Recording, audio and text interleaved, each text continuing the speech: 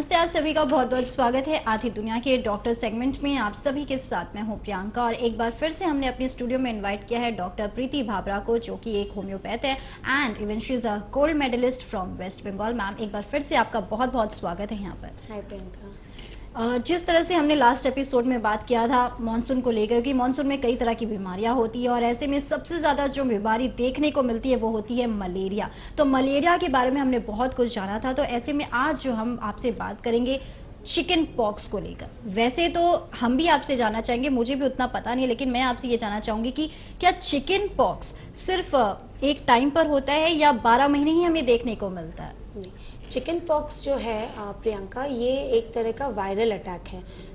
तो वैसे तो पहले ये होता था बसंत ऋतु, होली के आसपास ये ज़्यादा इसका देखने में आता था, बट क्योंकि ये वायरल अटैक है तो ये 12 महीने में कभी भी हो सकता है, कोई भी एज में हो सकता है, तो इसको हम देख सकते हैं, ये अटैक हो जाता है। ये होता क्या है, मतलब किस वायरस से ये आता है? क्योंकि हमने बहुत सुना है चिकन पॉक्स, हम बचपन से लेकर अब तक चिकन पॉक्स के बारे में सुनते हैं, लेकिन एग्जैक्टली हमें पता नहीं है कि ये है क्या और ये किस वायरस से होता है। तो आपसे ये हम जानना चाहेंगे।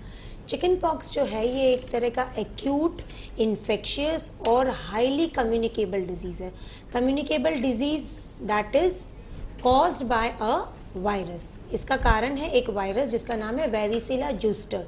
इस वायरस के कारण ये अटैक हमें होता है बॉडी में, और इसका जो इंक्यूबेशन पीरियड है, इसका जो पॉक्स का पूरा अटैक का जो डेज है वो होता है आपके 2 से 4 हफ्ते। 2 से 4 हफ्ते ये अटैक पूरा रहता है और ये वायरस के द्वारा होता है।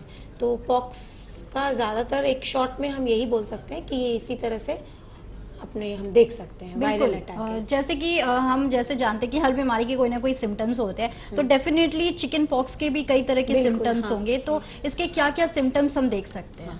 देखिए, पॉक्स जो है नॉर्मली लोगों को लगता है कि चिकन पॉक्स हो गया, चिकन पॉक्स हो गया। माएँ आजकल स्पेशली बच्चों के केस में बहुत घबरा जाती हैं, पॉक्स हो गया, दाने हो गए, शायद मेरे बच्चे को पॉक्स हो गया है, स्कूल भी जाना बंद हो जाता है। तो ऐसा नहीं है, इसमें कुछ हाँ बॉडी में रैशेस का तो प्रोमिनेंसी इसमें है, बट इसके कुछ चीज़ें हैं। तो टिपिकल चीज़ों को आपको जानना होगा, तभी आप पता कर सकते हो कि इस मेरे बच्चे को पॉक्स हुआ है कि कोई दूसरा टाइप का वायरस अटैक किया है। बहुत सारी माएँ होती है जो थोड़ा सा भी रैशेस या थोड़ा सा भी कुछ दाना वाना देख ले तो उन्हें लगता है कि पॉक्स हो। जैसे फॉर एग्जाम्पल आपकी यदि आंखों में कोई कारण से यदि कुछ मिट्टी भी चली जाए और रेडनेस हो जाए तो हम घबरा जाते हैं कि कहीं कंजक्टिवाइटिस तो नहीं हो गया। तो इसीलिए घबराने का नहीं है। तो ये जो पॉक्स है, इसका जब अटैक होगा तो हम कुछ सिम्टम्स देखेंगे, उससे आप इजीली ये डिटेक्ट कर सकते हो कि ये पॉक्सी है या नहीं है। तो इसको मैं आपको 2 स्टेज में समझाऊंगी। जैसे एक पहला स्टेज है वो है प्रोडॉर्मल स्टेज और दूसरा स्टेज है इरप्टिव स्टेज। तो प्रोडॉर्मल स्टेज में क्या होता है कि पेशेंट को अटैक हुआ, तो अटैक होने के बाद उसको थोड़ा फीवर आता है। और अभी जैसे बारिश में भी ये चीज़ हो सकती है, बिकॉज हमारे को सर्दी खांसी बुखार होता ही है। तो यदि सर्दी खांसी बुखार इजीली ठीक हो गया तो हम समझेंगे कि ये वायरल अटैक था, नॉर्मल फ्लू से हुआ है और ठीक हो गया। बट हाँ, इसके बाद धीरे धीरे जो सिम्टम्स आएंगे वो मैं आपको बताऊँगी, तो उससे आपको पता चलेगा कि ये फ्लू नहीं है, ये इस तरह की बीमारी है। तो अब इसमें प्रोडॉर्मल स्टेज में क्या होगा, पेशेंट को फीवर होगा, धीरे धीरे फीवर थोड़ा बढ़ेगा, बहुत हाई फीवर नहीं होगा। और इसमें क्या है, थोड़ी रेस्टलेसनेस है, हेडेक है, थोड़ा वॉमिटिंग सेंसेशन है, ये सारी चीज़ें होती है। और हेमाचूरिया भी इस स्टेज में हम दे सकते हैं, बहुत अनकॉमन है। हेमाचूरिया का मतलब यूरिन में ब्लड दिखता है। अच्छा। तो इसमें बहुत अनकॉमन है, कॉमन नहीं है, बट फिर भी हम देख सकते हैं। और इसमें जो एक पेक्यूलर चीज़ जो हमें बताएगी कि ये पॉक्स हुआ है, तो यहाँ से स्टार्ट होती है। फीवर होने के बाद हमारी बॉडी में इल डिफाइंड रैशेज होंगे। इल डिफाइंड मैंने इसलिए कहा कि ये कोई डिफाइंड नहीं है कि ये मैंने यहाँ पर थोड़े रैश देख लिए या मैंने यहाँ पर देख लिया, ऐसा नहीं। इल डिफाइंड है, कहीं इधर उधर कुछ हल्का फुल्का दिखता है। तो ये आपका स्टार्टिंग लेवल हो गया, प्रोडॉर्मल स्टेज हो गया। अब ये स्टेज हमारी चली गई इरप्टिव स्टेज में। जब ये इरप्टिव स्टेज में जाएगी तो ये रैशेज की प्रोमिनेंसी होगी। ये रैशेज की जो प्रोमिनेंसी है वो मैं आपको 4 तरीके से बताऊंगी। कि इसमें सबसे पहला जो बनता है वो होता है मैक्यूल। मैक्यूल मतलब कि ये जो आपके रैशेज हैं, जो आपको पहले वाले स्टेज में हल्के दिख रहे थे, अब ये आपको पूरे पिंकिश रेड फॉर्म में दिखेंगे। अच्छा। थोड़े डिफाइन हो जाएंगे, आप इनको अच्छे से बॉडी पे देख पाओगे। और सबसे इंपॉर्टेंट सिम्टम जो आप देख सकते हो कि इसको पॉक्स हुआ है, डाउट कर सकते हो, वो है कि ये रैशेज आपके चेस्ट से स्टार्ट होंगे, आपको कहीं से भी नहीं होंगे। इसका कॉमनली ये चेस्ट से स्टार्ट होता है, चेस्ट में देखेंगे या नेक में, फेस में, and then it comes throughout the body. तो मैक्यूल स्टेज में आपके ये रेडिश पिंक होने लग जाएंगे। नेक्स्ट आएगा पैप्यूल स्टेज। पैप्यूल में क्या होगा कि यही रैशेस थोड़े बड़े होने लगते हैं, एंड देन इसमें ईचिंग शुरू हो जाती है। अच्छा। हल्की हल्की ईचिंग आपकी स्टार्ट हो जाती है। फिर आएगा वेसाइकल स्टेज।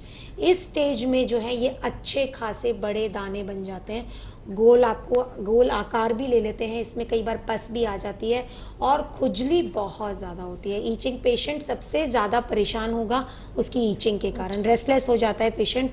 और वेसाइकल के बाद जो है वो क्रस्ट फॉर्म हो जाता है, मतलब यदि आप उसमें पस हो गई तो वो निकल जाएगा पस, और उसके बाद सूख के वो स्कैब बन के वो धीरे धीरे करके झड़ने लगते हैं। तो इस तरह से पूरा के पूरी बॉडी पर आप ये सिम्टम देख पाओगे, और देखते देखते आप समझ पाओगे कि हाँ ये चिकन पॉक्स हो रहा है, लग रहा है। देन डेफिनेटली आप इसको डॉक्टर के पास जाएंगे, बट आप घर में एक अंदाज लगा सकते हो ये देख के कि हाँ इस ये पेशेंट को चिकन पॉक्स हो रहा है, मेरे बच्चे को पॉक्स हुआ है। तो आप ट्रीटमेंट को भी उसी तरीके से कर सकते हैं। बिल्कुल। तो ऑफकोर्स जैसे चिकन पॉक्स हो रहा है, तो अगर किसी को चिकन पॉक्स है तो ऑफकोर्स सबसे पहले हमें प्रिकॉशंस लेने की जरूरत है। तो डेफिनेटली हम इससे कैसे बच सकते हैं?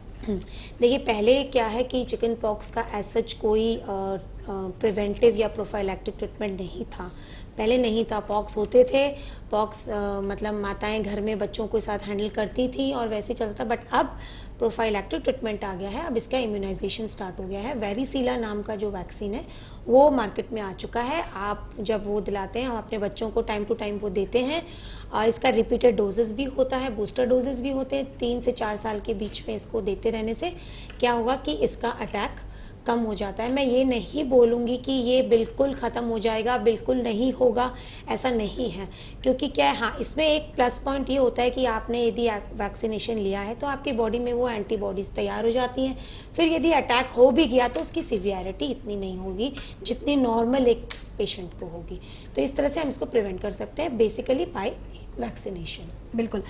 जैसे कि हम सब जानते हैं कि स्मॉल पॉक्स, जो कि मुझे जहाँ तक पता है कि अब इंडिया में ये देखने को नहीं मिलता है। तो अगर हम जानना चाहें कि स्मॉल पॉक्स और चिकन पॉक्स क्या एक ही तरह है या इसमें कुछ डिफरेंस है, वो आपसे जानना चाहेंगे। हाँ, देखिए, स्मॉल पॉक्स और चिकन पॉक्स, स्मॉल पॉक्स अब हमारे भारत में काफ़ी कम हो गया है, कहने को बोल सकते हैं कि होता ही नहीं है। और बट ये जब होता था ये पूरा एपिडेमिक फॉर्म में होगा, in the sense chicken pox जो है वो किसी फैमिली में एक को हो गया, या चलो वहाँ से थोड़ा सा ट्रांसमिट, मैंने बताया कि ये कॉन्टेजियस है तो ये किसी और को हो गया, या स्कूल में बच्चों में इधर से उधर हो जाता। बट स्मॉल पॉक्स जो है वो एपिडेमिक फॉर्म में होता है, एक साथ एक कम्युनिटी में एक साथ होता है, और इसकी डेथ रेट ज़्यादा है, मोर्टेलिटी रेट इसकी बहुत ज़्यादा है। तो ये थोड़ा डेंजरस फॉर्म होता है जो पहले होता था। और दूसरी, इसका जो डिफ्रेंशिएट आप यदि करना चाहो तो इसमें एक है कि चिकन पॉक्स में जो फीवर बहुत मॉडरेट होता है, बहुत ज़्यादा फीवर नहीं होता है, बट स्मॉल पॉक्स में बहुत हाई फीवर होता है। और दूसरा इम्पॉर्टेंट चीज़ जो मैं बोलना चाहूँगी वो ये है कि इसके स्कार कभी नहीं जाते हैं स्मॉल पॉक्स के, ये ता-ज़िंदगी आपकी बॉडी पे रह जाते हैं। और चिकन पॉक्स के जो स्कार हैं वो जैसे मैंने आपको बताया स्कैब बन के सूख के धीरे धीरे निकल जाते हैं। तो ये बेसिक एक डिफरेंस है जिससे हम ये जान सकते हैं कि ये स्मॉल पॉक्स है और ये चिकन पॉक्स है। बिल्कुल। आपसे ये भी जानना चाहेंगे कि होम्योपैथी की स्कोप क्या हो सकते हैं अगर किसी को चिकन पॉक्स है तो? मैं इसके पहले थोड़ा सा आपको क्यूरेटिव इसके ट्रीटमेंट के बारे में बताऊंगी कि इन जनरल हमें क्या करना चाहिए। चिकन पॉक्स सपोज किसी को हो गया, प्रोफाइलैक्टिक मैंने आपको बताया। क्यूरेटिव ट्रीटमेंट मतलब अब पेशेंट ऑलरेडी आपके घर में है, पॉक्स हुआ है, आपको क्या ध्यान रखना है। सबसे पहली बात तो ये है कि isolation is must. That means patient को कमरा अलग कर दीजिए, पेशेंट को अलग कर दीजिए, बिकॉज ये कॉन्टेजियस है, एक से दूसरे को हो जाएगा। तो इसलिए आप पेशेंट का पूरा ध्यान रखें, उसकी बेडशीट्स, उसके कमरे के, उसके नैपकिन्स, हर चीज़ आपको बहुत अच्छे से साफ सुथरे तरीके से रखनी है। और दूसरा, ये जो पॉक्स है ये एयर बॉर्न डिजीज़ है। एयर बॉर्न मीन्स ये बाय एयर फैलता है। तो इन द सेंस कि आप मुझे पॉक्स हुआ है, आप यदि मुझसे मिलने आओगे, यदि मैं खांसूंगी, छींकूंगी, तो मैं आपको इजीली बाय एयर मैं आपको ये डिजीज़ पहुंचा सकती हूँ। दूसरी इंपॉर्टेंट चीज़ ये है कि बच्चों को जब ये हो जाता है तो ये थोड़ी सी प्रॉब्लम हमें ये होती है कि बच्चे जो है ईचिंग से बहुत परेशान हो जाते हैं, तो उनके नेल्स को आपको काटना बहुत ज़रूरी है। यदि वो गलती से नाखून लगा देंगे इन पैप्यूल्स में, पस में, तो ये दाग फिर जाने थोड़े मुश्किल हो जाते हैं। तो आप बच्चों के नाखून वगैरह को काट के रखें और इन्वायरमेंट को साफ रखें, सैनिटेशन का पूरा ध्यान रखें कि घर में जो है इन्वायरमेंट जो है हाइजीनिक रहे। चलिए, thank you so much ma'am. Thank you. आपने एक बहुत सारी जानकारी हमारे साथ साझा की। ऑफकोर्स अगर आपको भी चिकन पॉक्स है और आप भी कुछ सोच रहे कि मैं किधर दिखाऊं, तो बिल्कुल ये बहुत ही इजी ट्रीटमेंट है। आप होम्योपैथ जो है इस्तेमाल कर सकते हैं। जैसे मैम ने बताया, वो आप प्रोसीजर के साथ जाएंगे तो डेफिनेटली आपको इस प्रॉब्लम से छुटकारा मिलेगा। Thank you so much again ma'am, आप यहाँ पर आए और आपने इतने सारे हमारे साथ इन्फॉर्मेशन शेयर की। आई होप आज का हमारा ये सेगमेंट आपको पसंद आया होगा। तब तक के लिए आप देखते रहिए ताज़ा टीवी। नमस्कार।